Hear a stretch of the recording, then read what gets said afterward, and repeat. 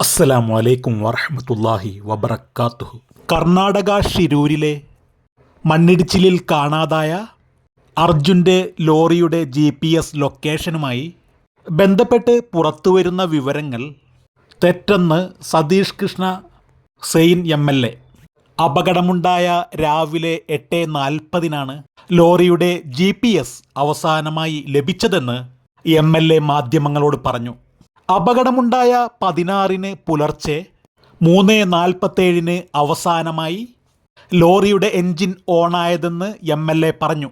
Bharat Benz സാങ്കേതിക വിഭാഗം report നൽകിയെന്ന് സതീഷ് കൃഷ്ണ സെയിൻ പറഞ്ഞു. അർജുനായുള്ള തെരച്ചിലുമായി ബന്ധപ്പെട്ട് പല ചാനലുകളിലും ഉൾപ്പെടെ തെറ്റായ വിവരങ്ങൾ പുറത്തുവരുന്നുവെന്ന് അർജുൻ ഓടിച്ചിരുന്ന ലോറിയുടെ ഉടമ മനാഫ് ഇന്നലെ പ്രതികരിച്ചിരുന്നു.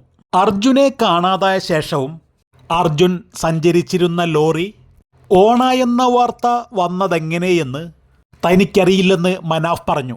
ഫോൺ ഓണായെന്നതിൽ മാത്രമാണ് തനിക്കുറപ്പുള്ളതെന്നും മനാഫ് വ്യക്തമാക്കി. അതേസമയം അർജുനായുള്ള തിരച്ചിൽ 9ാം ദിവസത്തേക്ക് കടന്നിരിക്കുകയാണ്. ഇന്നലെ സിഗ്നൽ കണ്ടെത്തിയ പുഴയിലെ മൻകൂനയിൽ ഇന്ന് വിശദമായി പരിശോധന നടത്തും. ആഴത്തിൽ ലോഹഭാഗങ്ങൾ കണ്ടെത്താൻ സാധിക്കുന്ന ഇൻ്റലിജൻ്റ് ഓബ്ജക്റ്റ് ഡിറ്റക്ഷൻ സിസ്റ്റം ഇന്ന് എത്തിക്കും. ആഴത്തിൽ മണ്ണ് നീക്കം ചെയ്ത് പരിശോധന നടത്താനാകുന്ന ഹിറ്റാച്ചി ബൂമർ യന്ത്രം ഓൾറെഡി അവിടെ കൊണ്ടുവന്നിട്ടുണ്ട്.